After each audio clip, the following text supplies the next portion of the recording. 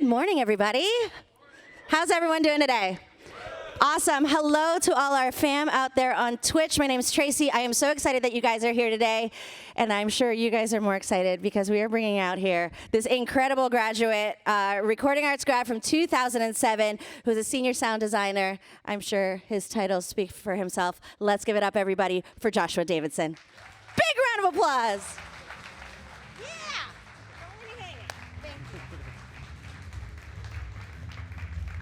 Hey, testing. How's it going, everyone? First of all, I have to thank Full Sail for having me out here. This is super cool. This whole presentation area is freaking amazing. You guys have a lot to be proud of. I'm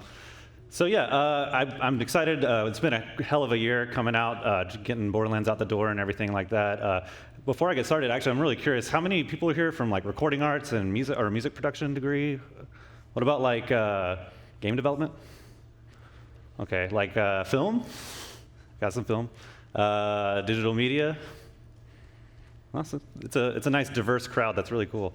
Before I get started, I have to give a shout out to everyone at Gearbox back in Frisco, Texas. I'm standing on the shoulders of some amazing talent, some amazing giants of talent, and like they are back home just being around all this talent and artistic, creative people like that. They are super inspiring to be around every single day.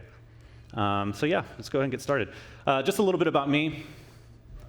I am Joshua Davidson. I was born and raised in Macon, Georgia, and I graduated in 2007 with an associate's in recording arts. I started my career in game development back in 2007. I got pretty lucky, like right out of school, I got a job at the job at Volition, and I started working on Saints Row 2 and Red Faction Guerrilla. So those were my first two titles. I spent the first 2 years in the industry working on that as pretty much like a junior sound designer.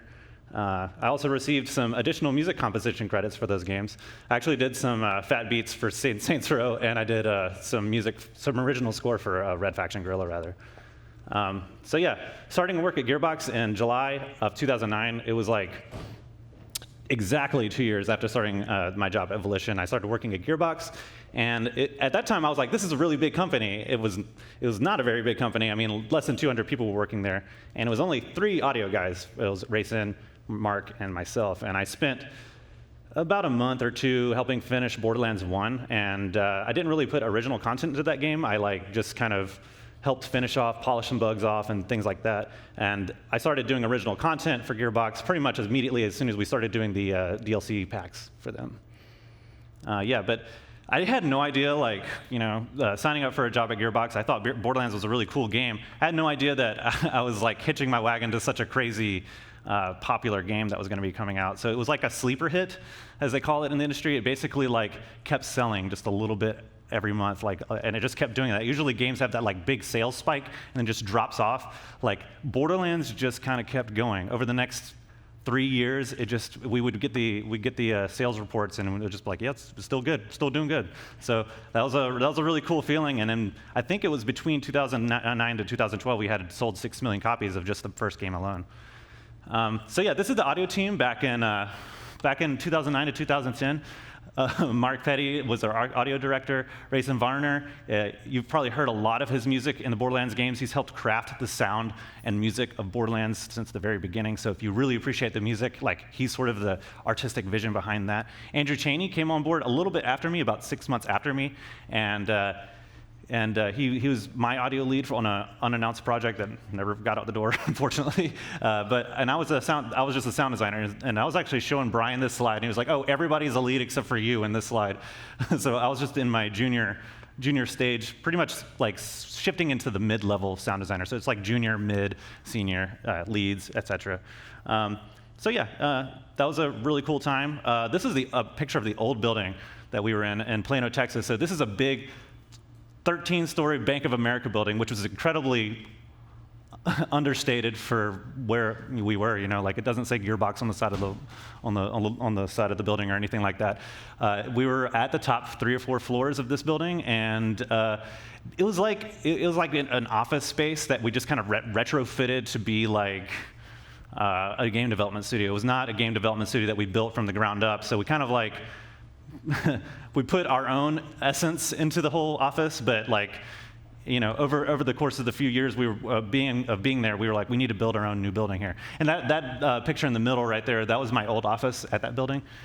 So yeah, it was a pretty modest setup, actually. A lot of this stuff is pretty much home bedroom kind of like stuff that you can buy for a few grand. Like it's a still 5.1 setup and everything, and the acoustic treatment and everything is still pretty nice. But it didn't feel like we were like at this point when we were still working on Borderlands 1 and 2. It didn't feel like we were this full audio production facility quite yet. We were just kind of like, because all of our rooms were just spread out all across this building.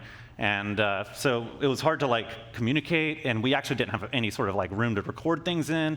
So we didn't record as much as we wanted to. Like it would have to be a whole day had to get set aside to do any sort of original source recording and stuff. But that changed. Oh, got a little clipped off there. But this is the new building in Frisco, Texas. We had a move-in date of October 2015, and yeah, like we built this building here from the ground up to be a game development studio, which is really cool. Like it feels a lot better. And as a result, also new audio offices came with it. So we actually hired an acoustician, Kevin. He helped us build these rooms. He had just been hot off the heels of building a new studio for Green Day. And what I've circled here is all of our control rooms. This is supposed to be a laser pointer. Yeah, so this is all of our control rooms right here. In the middle, this is a VO booth. You can't really see it. And then here is our live Foley room. And all of these control rooms can talk to each other. And this VO room, we can record this VO room from any of these rooms. We can record in the live room here from any of these rooms. And we have video cameras projecting inside so we can see who's recording. And we have television screens inside of our room so we can communicate that way. It's become a very cool process. It feels like, we're like a real production facility now. So this is actually what the rooms look like when we came and saw them for the first time in the building. There's no acoustic treatment here yet, but as you see, as we start to build this out, we're getting acoustic treatment set up on the walls. This is a cloth, and inside of that cloth is this foam batting. The foam batting actually creates a little bit more, like it creates the acoustic dampening that we need. But we put cloth and acoustic dampening material all on the ceiling, all over the sides of the walls. So if you touch my wall in my room, it's actually just completely made out of fabric. So we put the racing stripe kind of red thing in the middle here. This is my desk coming in. And then I'm starting to get my equipment in. You can see it's starting to fill out just a little bit more. And you can see, we get more foam on the wall. The cloth isn't quite up quite yet. But what's really funny is I actually started working at this point, like when it wasn't quite done yet. And then this is the final product here. And we have 6 of these. We call them control rooms.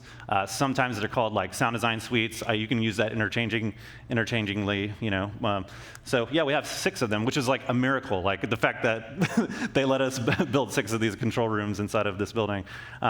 This is the console that we went with. We decided to shift from Pro Tools to Yamaha Nuage, and Yamaha Nuage is pretty much just a new Window specific control surface. So we switched to a new window because we noticed that it was having a lot more of a game audio centric sort of capability compared to Pro Tools, and there's a lot of like interesting features like batch exporting with cycle markers and things like that help deal with tons of file names and stuff like that being able to be exported at the same time. So yeah.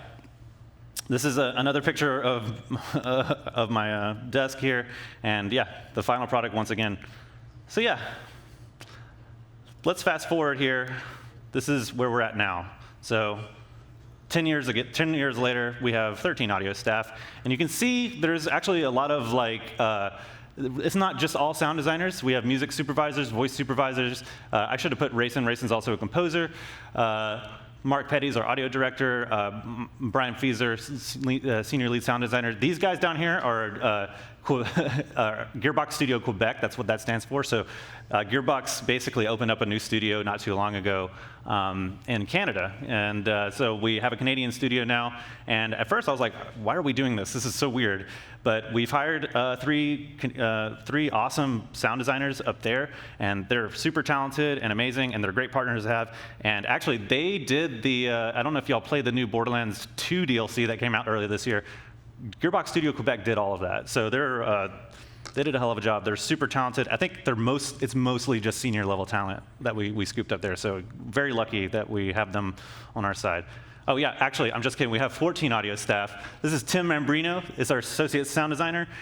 He's a super awesome guy. We just hired him this past month. What I really love about, the reason I wanted to highlight him is this is actually a gig that we put out, we put a posting out online and everything, and he was, it was a posting for, we didn't expect you to have any experience. And I know that a lot of like you'll see a bunch of game jobs, for example, they ask for experience and you're like, how am I gonna get experience? Like none of these jobs ask for no experience. Well, I'm very happy that we were able to put out a job that asked for no experience, but we still got a guy that had a little bit of experience, and that was Tim. But yeah, I feel like in the future we should definitely be trying to reach out to and get you guys more of opportunities in the future with limited experience, but high, like you just have a lot of passion and we can see a lot of like growth potential in you. Let's see here.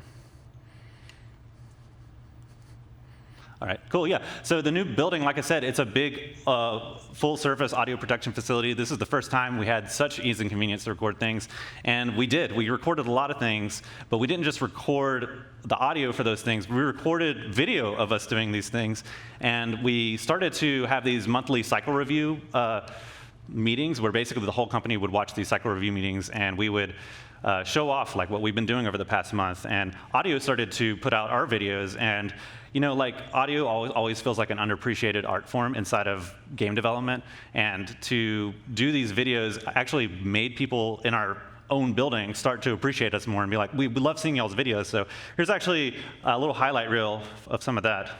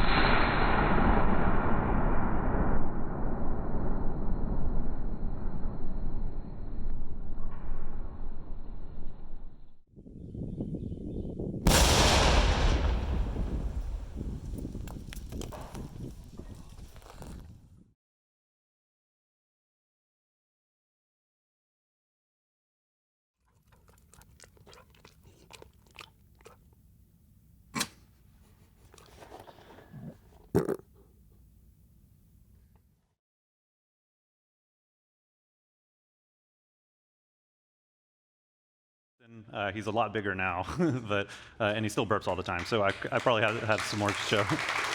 Thank you.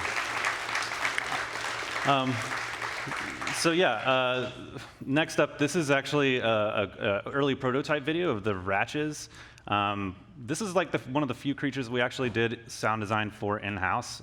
They were like, they came on really early, but a lot of the creatures came on kind of late, so we actually outsourced a lot of the creature audio to our partners Formosa in Los Angeles. So they do a lot of game audio outsourcing and stuff, and they do some pretty cool work.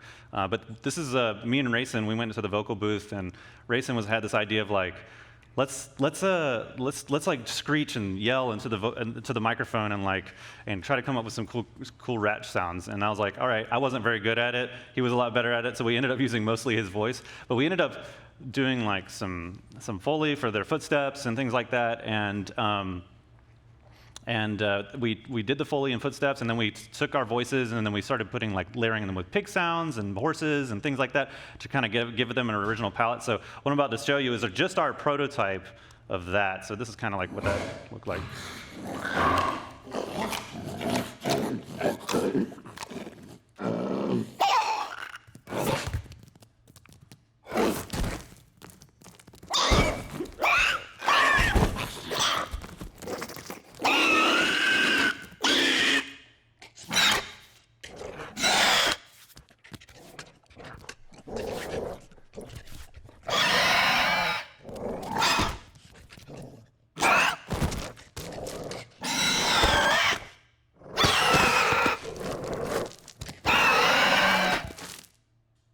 So yeah, that was just two videos of the same thing, but just different sounds that we tried out. So yeah, my game sound philosophy is basically just practicality meets high quality. Like, I definitely have been a very big gearhead in the past, and I've wanted to collect all the gear, and I've always told myself, well, if I could just get this piece of gear, I'll get better at sound. You know, if it's easy to fall into that trap. I've definitely been there several times in my life, especially like when I started doing photography. I was like, I need all these lenses. That's the only way I'm going to get good at this.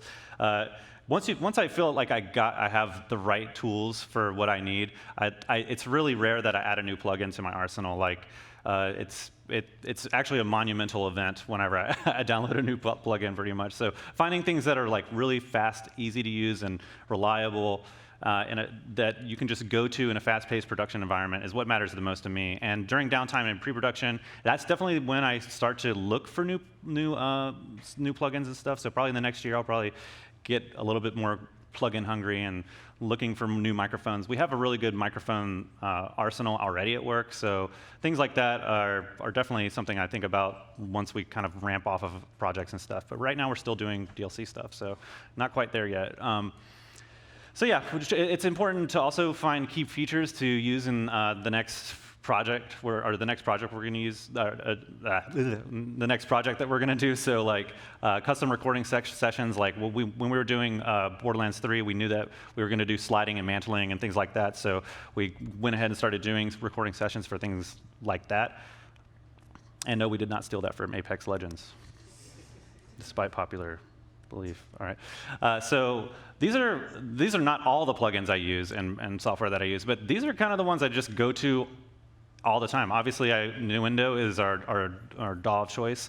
The Fab Filter Mix Bundle is it's a little bit pricey just to get like $300 or $400 probably, but they're such a good company. The plugins are so great that I highly recommend them if you can swing it. Like they also don't use any iLok services, and I don't really like iLok. I feel like you're punishing your customer if you're making me put it on an iLok and stuff. For creative sample mangling, I love Reactor Ensemble's Form and S-Layer. You'll actually see that coming up here in some other videos. And synth design, I am obsessed with Serum currently by Xfer Records. It's actually pretty affordable. You can actually get Serum on a rent-to-own plan on the website splice.com.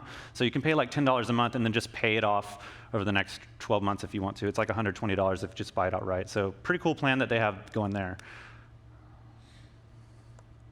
So we use, our engines are Wise. We use, if you're interested in getting into game audio, this is the one to learn. Whoa, whoops. That's not a laser pointer. This is the one to use.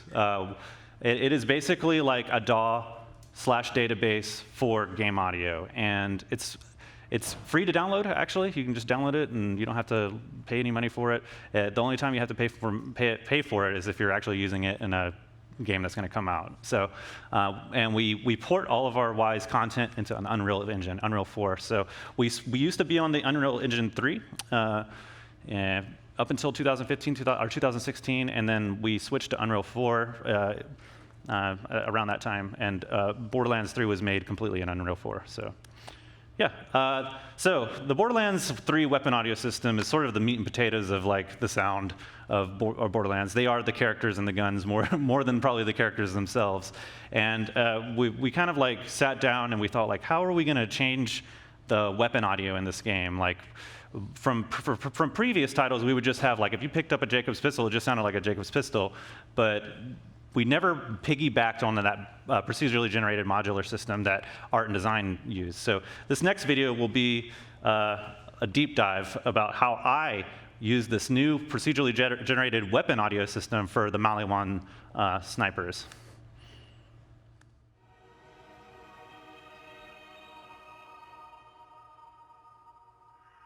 It's not exactly a mystery to anyone that has ever played a Borderlands game that the game has a lot of guns. Throughout the history of the franchise, artists, designers, programmers, and animators have had a field day creating wild variations of weaponry using the engine's procedurally generated system that carefully combines different parts, assets, and design attributes together to create unique loot that scales upward as you progress through the game. There's a pretty interesting secret to that sauce, and if you're interested, I'm going to tell you how that sauce is made. Well, for audio anyway. You see, on all the previous Borderlands titles, we had the usual manufacturers: Jacobs shotguns, Maliwan SMGs, Dahl assault rifles, etc. And all those different guns utilized a modular system that slapped together all different parts that gave you unique item drops you found scattered across Pandora. But the audio in the games didn't behave the same way as the art and the design at all. Not even close, actually. You see, if you picked up a Jacobs pistol, it just sounded like a Jacobs pistol. No matter what parts, common or rare, each gun type in the game got about 15 individual sounds assigned to it. There were 5 randomized firing sounds for when you immediately pulled the trigger, 5 different sounds that followed the initial firing sound, and 5 variations of tails. Collectively, we shipped about 350 total gun sounds on Borderlands 2, and that number includes the reload sounds. But on Borderlands 3, we shipped about 5,500 individual gunshot sounds and reloads. So wait, how did that happen? Well, the easy answer might be, we just have more memory. Borderlands 1 and 2 were shipped on Xbox 360 and PS3. We just didn't have the memory budget to pull that off. But more than just memory, we completely changed the way we design and implement our gun audio. And thanks to the creative superpowers of lead sound designer Brian Fieser and the sheer technical prowess of audio programmer Julian Peterson, we were able to build a robust modular weapon audio system for the guns. The same part system that design and art had been using for years, we were now able to piggyback on, and thus the experimentation began.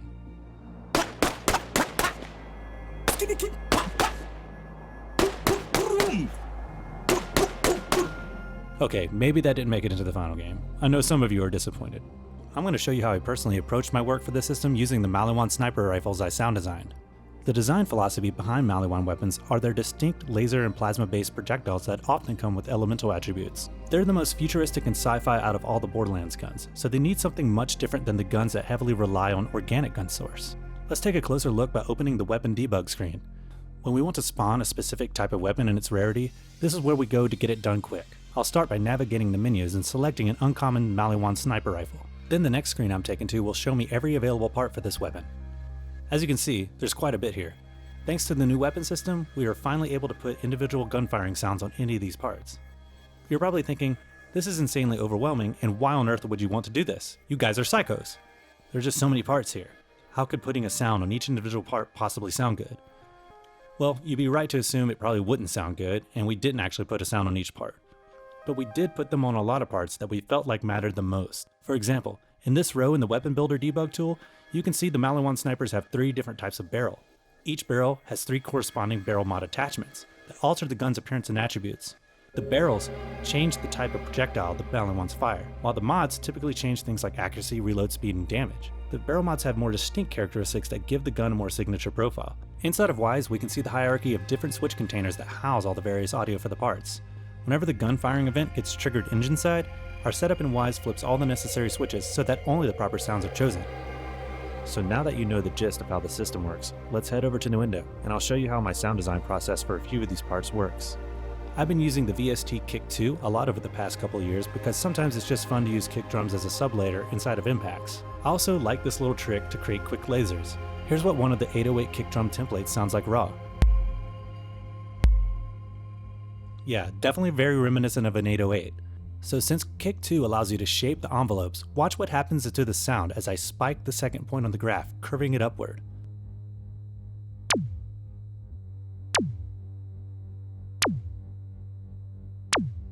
Now as I elongate and curve the third point, you'll start to hear that distinctive pew pew sound emerge.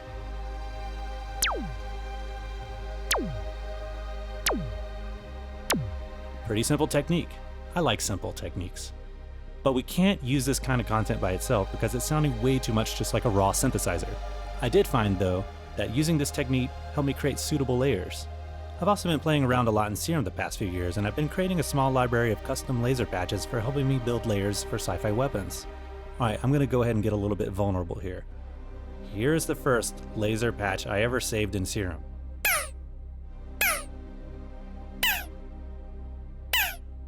Yeah. It sounds corny as hell, but it was a start, and I derived many children from this patch, and by the time we hit several variations in, you can hear that they have a little bit more character. I also created more plasma burst style patches. These patches are best played in the lower octave on the piano roll to give them a more full rounded out transient. So after lots of layering and experimentation using the source from Kick 2, Serum, and some organic gunshots, here are some of the examples of what I came up with to use as my sounds for barrel mod parts.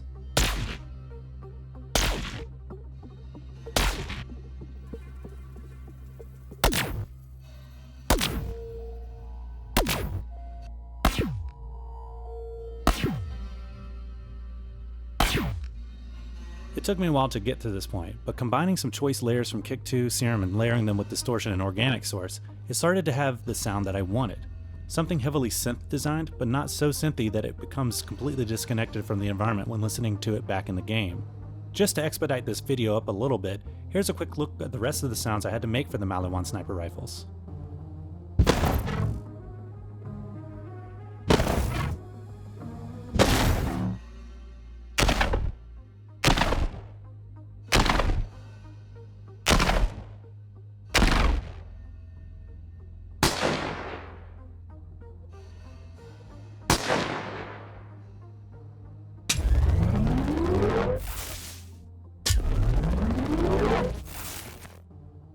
These all got built out over the course of a couple weeks and hooked onto the various gun parts like ornaments on a Christmas tree. Now let's spawn some guns with the weapon debug tool. I'll write up on the screen the individual audio files associated with each gun.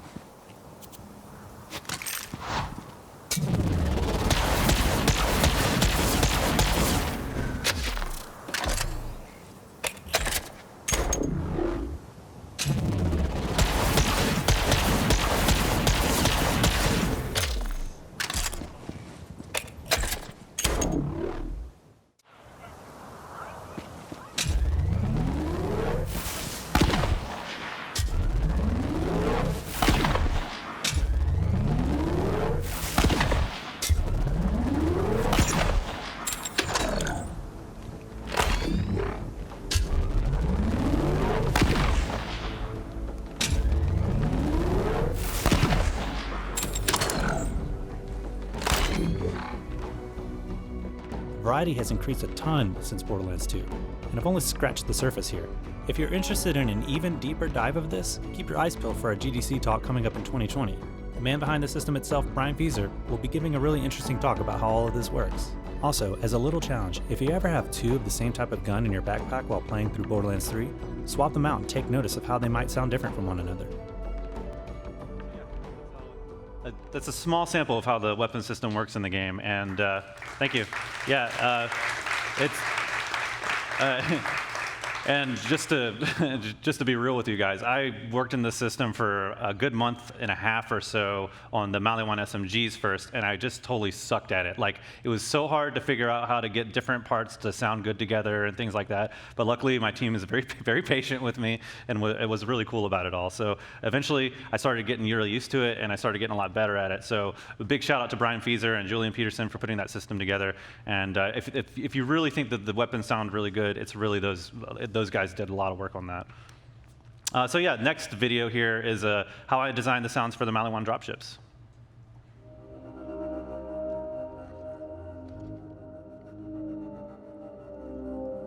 The Mali 1 dropships in Borderlands 3 were implemented using a simple sequence container inside of Unreal 4. Despite what meets the eye, they're not actually real vehicles, but more like a simple tram riding on an invisible track in the sky. Their main purpose is to spawn Mali 1 enemy types into the game world. I was tasked with their sound design, and due to the simplicity of their implementation inside of Unreal, there weren't many places to hook up sounds outside of a simple loop and some one-shots. Now let's check out the new Windows session I used to create the audio. I wanted to get a nice cool sounding synth loop to use as the main layer of the engine that would be versatile enough to use for all situations. I took some synth source of a deep bass growl I had generated in Serum during pre-production and dropped it into the Native Instruments reactor ensemble known as Form. Form allowed me to use its granular and sub-oscillator capabilities to dial in a sound I liked that would make it easy to loop. Once I got the sound I was happy with, I printed the audio onto my print track, chopping up each sound into individual sections and exporting them into Wise. I prefer this method of creating one single looping audio file, well, because it's easier to me, but it also creates a little bit more variation of the sound inside of Wise. I'll show you what I mean. Here's the inside of our middleware audio project in Wise. Note this random container here, and all of the subsequent sound files of our Mali 1 dropship engine inside of it. Each one of those sound files is about a second long. I have told this random container to continuously play them in a random pattern, crossfading each file into one another. Notice how seamless this loop sounds. And all I had to do was chop up my sound into 1-second bits and let Wise handle the rest. Really easy. Much easier than meticulously trying to create a single looping sound file, and adds a little more variation. Next up, I tied a simple RTPC to this loop. I decided to tie this RTPC to a pitch envelope to mimic the sound of a ship pitching upward as it gets faster and vice versa.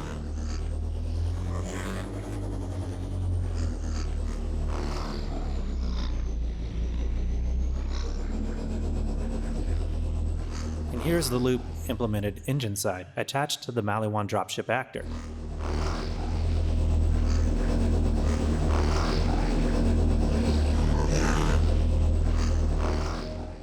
To make the presentation feel more dynamic, I needed to create various one-shot swells.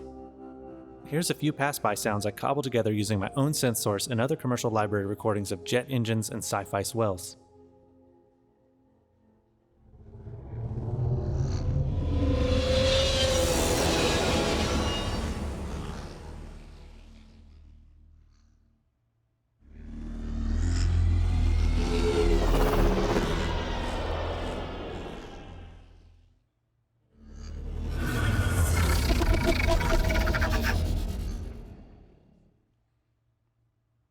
I did the same things for landings and takeoffs.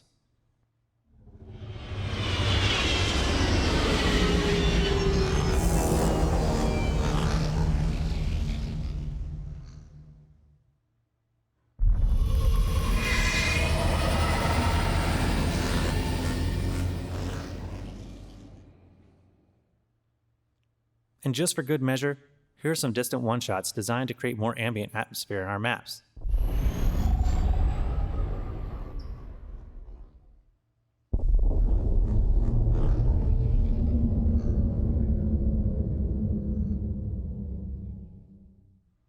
Now, let's hear how everything plays out together with a few examples from the final game.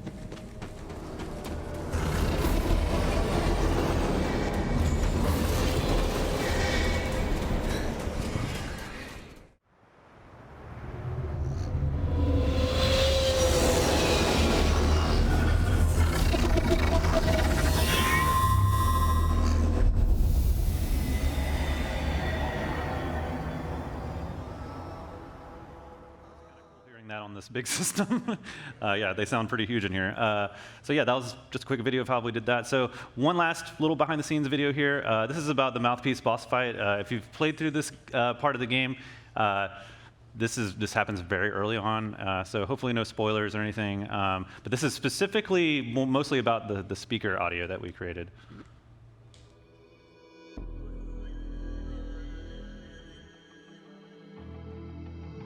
One of the earliest boss battles in the development of Borderlands 3 was the fight that occurs at the Holy Broadcast Center with the character Mouthpiece.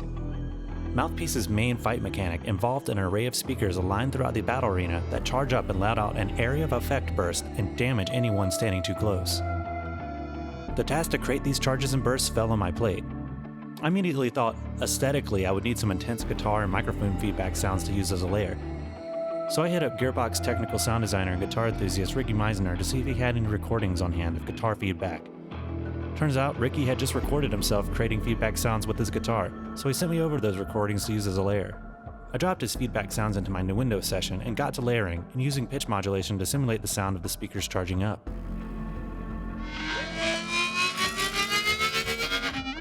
Next, using some bass drops I generated using Serum sub-oscillator and some explosion source, I made a quick explosion sound to drop in to supplement the visuals of the speaker burst. After importing these sounds into Wise and Unreal, they were ready to get hooked up to the speakers, but not before I pinged audio programmer Julian Peterson to help me figure out a way to get the sounds to play one single voice from multiple locations.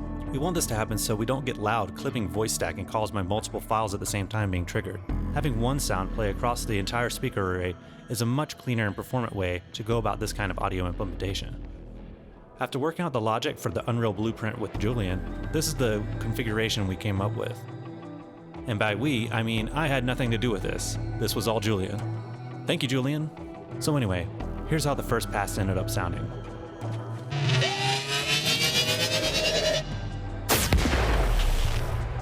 Not bad, but I couldn't help but feel like there was something missing. So I went back into Nuendo and added a pitch modulated respace generated in Serum to the riser and the explosion.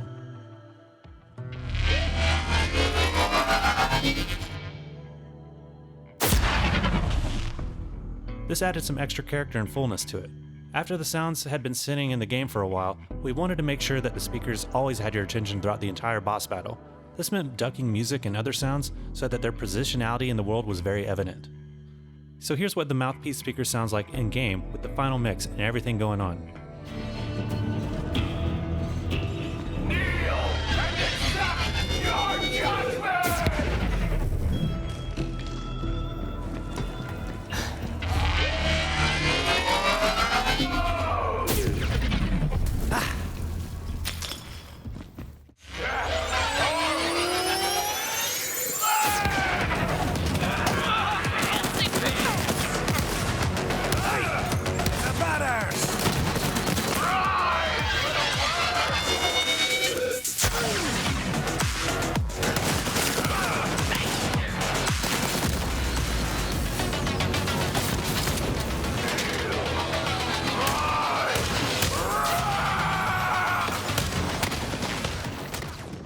The noisy boss fight right there, but yeah, pretty cool. The composers, let's talk about some music stuff. So we had 4 composers contribute to the score of Borderlands 3, and each one of them took on the task of scoring one of the different planets. So like Michael McCann did Promethea, Jesper Kid did Eden 6, Finishing Move, Pandora, and Rayson Varner did spoilers, Necrotophaea, which we haven't really talked about in media stuff. So yeah, so the thing about like all the stuff that we've been doing throughout the whole history of Borderlands is all about modularity. So like, as you saw with the weapon system, modular components coming together to create lots of variations of different sounds is the trajectory we're going on. So no matter what game we do in the future, I feel like we're just gonna keep making things more modular. So the same thing happens with the music system and explosions, and there's some other stuff as well. Similarly to how the weapon audio system works, we have a system that is basically like an internal Ableton Live session happening inside of the game. So it starts out with a simple concept, and that's just threat versus interest level. And interest is basically how many layers are playing at the same time. And then threat is derived from what we tell the enemies in the game, we assign a point value to them rather. We tell them basically like, depending on what point values are coming at you, we're going to start triggering different stems. And so we may have an ambient stem going, and then as soon as a few guys start showing up, you'll start to hear drum loops kick in and things like that. So in Borderlands 2, it was just 2 loops per map. So we just had an ambient piece and a combat piece, and then sometimes we have a boss piece, but it was a very binary sort of system. So it was like enough enemies are on screen to kick in the combat music, and it will always kick in on the beat, right? So we can set the beat in Wise, but it was very, very binary. So it's changed a lot. So this kind of gives you a little bit of an idea of the system structure that we have here. So section 0 is pretty much only ambient stuff, and then section 1 is combat. So we have as you can see in part 1 here, we have 8 different stems that are going on at the same time. So we told our composers to make us a bunch of music and send us a bunch of stems. So we ended up getting back a bunch of WAV files. So all these different parts come together to give you a much more varied sort of soundtrack presence in the game. And that's really cool. I think that we can definitely keep going with the system in the future, in future titles and stuff like that. So this is actually Julian created this video. This is an early music system prototype. This kind of shows off how the music system kind of works like in Ableton Live, almost like in a session view, like almost like you're doing a little bit of a DJ mix. He wrote this little music box song for it.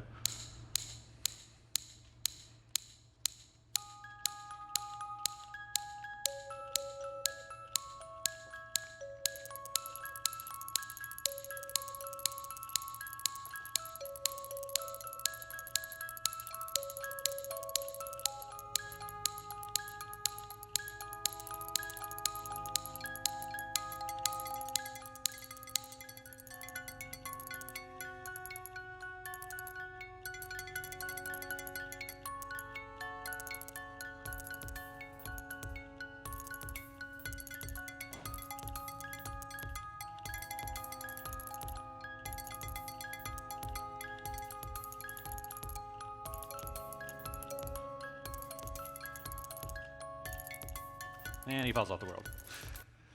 So yeah, just some interesting points of data. I checked right before I came out here the folders. We have 4,769 individual WAV files for the music that were shipped to us, and from the various composers. So the shipping soundtrack that's going to be coming out soon, I don't have a date on that yet, but it's going to be about 6 hours long. And Pandora radio music is music. Actually, if you see those little boom boxes in the game, that's all Gearbox employees' music. So like people who are in bands or just write music on the side. We actually had enough music writers in the company to bring the total amount of music up to 10 hours in the game. So five and a half hours of music probably just for Pandora radio or something like that. It's pretty crazy. And one more thing before Q&A. I have a small gift for you synth nerds. So I have 163 serum presets that I created during Borderlands 3 development. Feel free to take a picture of this slide if you like. All of those like laser sounds and power-up sounds and stuff like that, if you guys want to use them, they're all yours. They were all the same patches I used throughout all of the development of Borderlands. And I'm actually surprised I had that many. I thought I only had like a few dozen or something like that. So yeah, thank you. Thank you. Q&A time? I think there's a microphone right up there. Hey, Josh. Great talk. Thank you. So I really love the video that you showed of all the different Foley work that you guys did in your studio there. What was probably the most useful individual sound that you ended up recording in that studio space? That's hard to pin down. I don't know. We did do like the sliding and mantling stuff is probably one of the more useful things. Obviously, that like is something that you do all of the time throughout the game. Metal too, but like with the wine bottle going in and out, those other little sounds going in and out of those. Yeah, those are Iron Bear. That ended up being Iron Bear's like grenade shots and stuff like that. It's hard to pin down like what would be the number one thing because it's so spread out. And I wish actually I could have sat up here and shown you hours of footage like that because we recorded so much of it. It was hard to actually pick for this presentation. So yeah.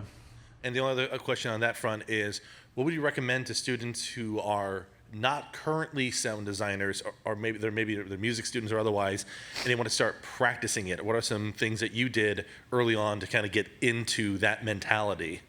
Yeah, so actually, I've told this story a number of times in previous talks, but How I got the job at Volition is they were looking for someone who demonstrated like sound design capability. And even though I had never worked on a game before, they wanted to see like, hey, does this person know game audio principles? I was mostly into music and doing music stuff, so at that time I was just sort of like faking it till I make it whenever I submitted my demo for them. And the demo that I did, what I did is you take what we typically like to see people do is take some footage from another game or a game in general and strip the audio out of it completely, and just for like 45 seconds to a minute long, that's all it has to be, do all of your own sounds for it. Do it in a DAW, and then use that as your demo reel, because it's hard to get like AAA game experience if you've never done it, right? But like if you show that you understand how this works, just in a linear format, we get it. We understand that you know game audio principles well enough that like we can trust you, to tire you and stuff like that. Hey, thanks for doing this. I wanted to know what you used to make the sounds of the Rampager. Especially the third phase. Those are so crazy.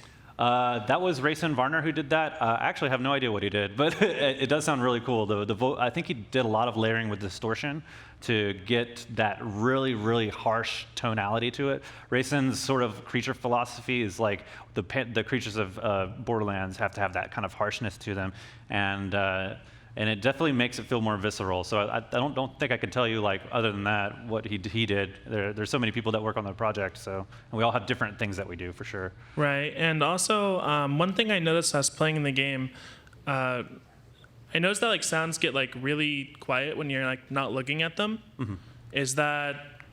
How is that done? We have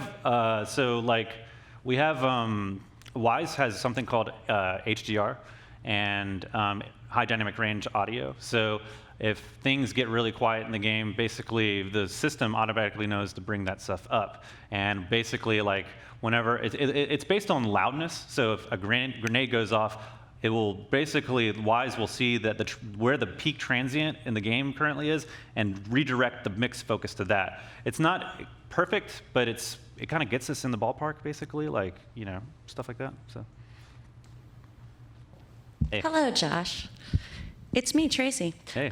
Somebody from our Twitch is asking how or even who did the doll sounds. They are absolutely fantastic. That was Brian Fieser. There you go. EP and A Night. Yeah. Thank you. Uh-huh. Morning. Hey. So I just had some questions about the Hellwalker shotgun. Okay. Was that all made in-house, or were there actually samples from Mick Gordon? No, that was actually our technical sound designer, Ricky Meisner. He did that, and what's really cool about the Hellwalker is he did that all himself, and he managed to make it sound like, for those of you who don't know, it's basically like our Doom gun in the game, and every time you pull the trigger, it makes like a metal riff sound, and it actually sounds freaking amazing. And we actually have a system in the back end for all of our guns that the guns are triggered on a MIDI clock. So that's how that we get very precise timing and with all of our guns. And the Hellwalker is a good example of that because it's musical timing essentially. And what better to do musical timing than MIDI at this point, Awesome, thank you. Yeah. Hi. So I've noticed playing the game that a lot of the grenades and torque sounds sound kind of like a firework popping going off. So what was like the original sound that was used for a lot of those, and how did you kind of manipulate it to kind of sound more in that area? I think that actually it's kind of funny. There's a lot of different layers that go into that. I didn't actually work on those, but I remember Brian, I think, using a lot of like sort of things like explosion commercial library recordings, and even like things that we did in our Foley room, like balloon pops and things like that. I don't know exactly what his session looked like totally, so I couldn't really answer that question fully. Thank you. Yeah. Hi, I had two questions. The first one is, how far into the development cycle of the game were you guys into when you came into the project, pretty much? And the second one is, how did you go into getting that first job working with Saints Row 2 and then moving into Gearbox? Yeah, so what was the first question was what again? Sorry. How far into the Okay, yeah, development cycle was? We start immediately, pretty much. Well, we rolled off of Battleborn pretty much in 2016, and Borderlands had been in this like really, really early state of pre-production for a couple years. I think between 2015 to 2016 or something like that. Pretty much right when we rolled off of Battleborn, we were on it, and we were in pre-production. So we do a lot of like. We do a lot of stuff. We don't sit around and twiddle our fingers. We pretty much get straight to thinking like, okay, what are we going to need in this game? So like mantling and sliding was a thing that we knew we were going to need. So we went ahead and started doing recording sessions for things like that. The ratchets came on pretty early as well, as I demonstrated there in that video. So we got to work on prototyping things really quickly. So like I think I think most of Gearbox has been on this project for about 3 years. Which is not that long, considering that we switched engines and stuff like that, you know. And it's kind of interesting because I was thinking about this the other day. It's almost like every game that I work on is like an entire high school. You know, it's like going from freshman to senior all over again. This was about a 3.5 year thing, which is it's kind of interesting how that panned out. And for your second question, you asked how I got the job at Volition. So I honestly. Here's a cool piece of advice that Mark Kilborn gave me because Mark Kilborn and I used to, if you don't know him, he was a audio director over at Raven, and right now he's doing some freelance work and stuff. But he was a pretty big mentor for me really early on, and he actually sent me this job opening that was at Volition about a month before I was going to graduate, and I'd been applying to other places and not hearing anything, you know, and like these were like little bitty places, like made little tiny indie games and stuff, and like I couldn't get attention from anybody, and I kept, you know, I was firing off my resume in a bunch of places, but he sent me this listing for Volition, and it just said sound designer, and it didn't say it had any, you know, previous experience required or anything like that. So he told me to apply, and I was like, "This is stupid. These other little bitty companies don't even look at me. Why would Volition even give a shit?" You know. But I did apply. But Kilburn actually gave me a really cool piece of advice, and this is a piece of advice that you could all take with you today.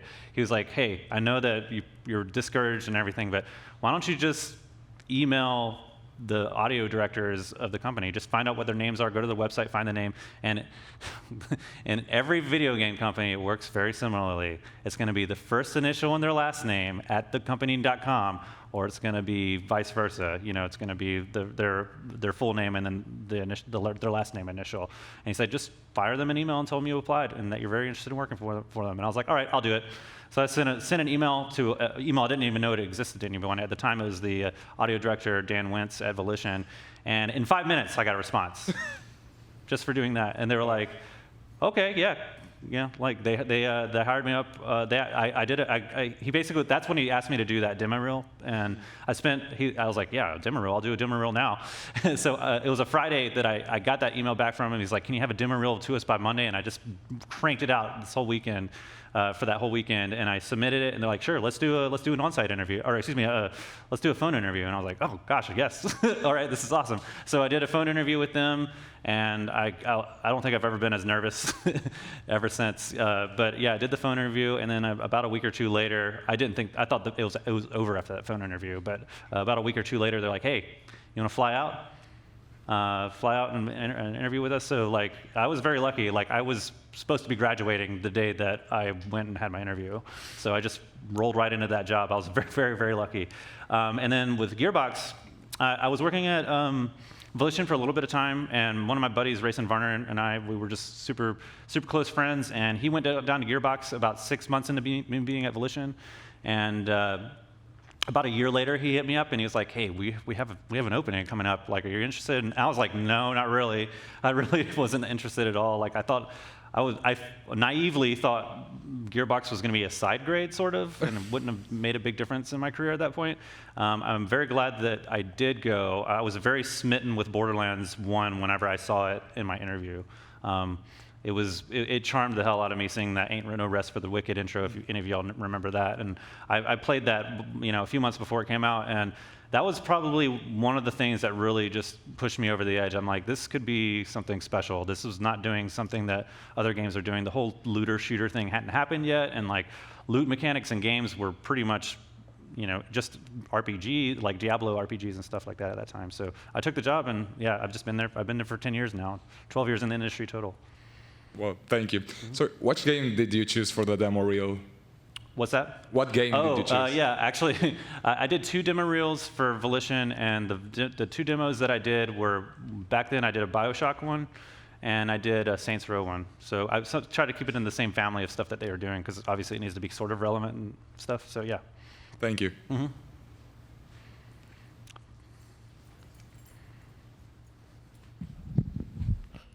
Hello. Hey. The boss Carnivora is awesome. The sound is awesome. How did you make it? That was actually our Gearbox Studio Quebec team that did all that. So yeah, they actually handled a number of things in the game. They handled vehicles, and they handled all those Pandora maps that happen during Act 3, basically when you go back to Pandora. So Gearbox did the first few Pandora maps, and then when you go to Promethea, you go to Eden 6, and then you go to Pandora again. Pretty much Gearbox Studio Quebec did all that, and I think it sounds awesome too. I don't know what they did though. Thank you.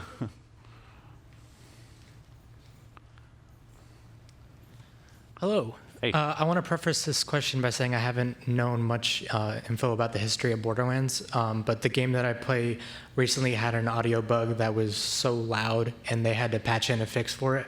Has there ever been a time in Borderlands history where there's been audio bugs that had to been patched that were either way too loud or any sound design that's been needing to be fixed in the future? Yeah, and there are plenty of we try to patch as much as we can.